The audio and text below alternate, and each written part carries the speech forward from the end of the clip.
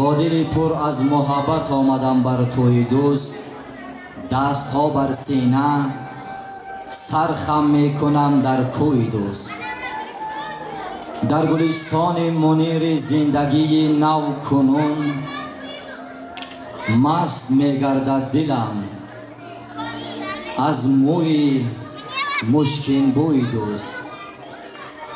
بر شاهداماد صد مبارک باد این توی حیات، بوسه ها گیرند ز شادی از رخ و ابروی دوست. عمرتان بادا دراز و بختتان فیروز باد، دوستان را آرزو این است اندر توی دوست.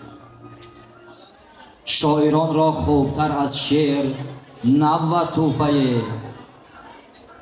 میبرد پیغام دل را با محبت سوی دوست. دوستان عزیز، مهمانان بالا مقام، بار دیگر حضور یک و یکی شما را بر این کاشانه پرمهر و محبت صدقاً خوش آمدید میگوییم و میگوییم دوست آن باشد که مهمانم شود، راضی از یک پاره نانم شود. دوست آن باشد که باشد در برم با دل صاف، در آید از درم. واقعا هم دوستان عزیز، امروز روزی تبریک و تهنیت گفتن است، روزی توی است، روزی خوشبختی است.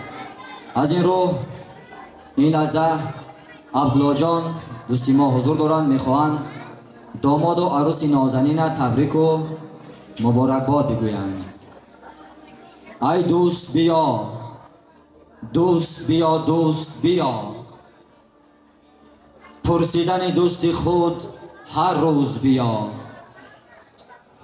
پرسیدن دوست خود عیب نبود، هر ساعت و هر لحظه و هر روز بیا.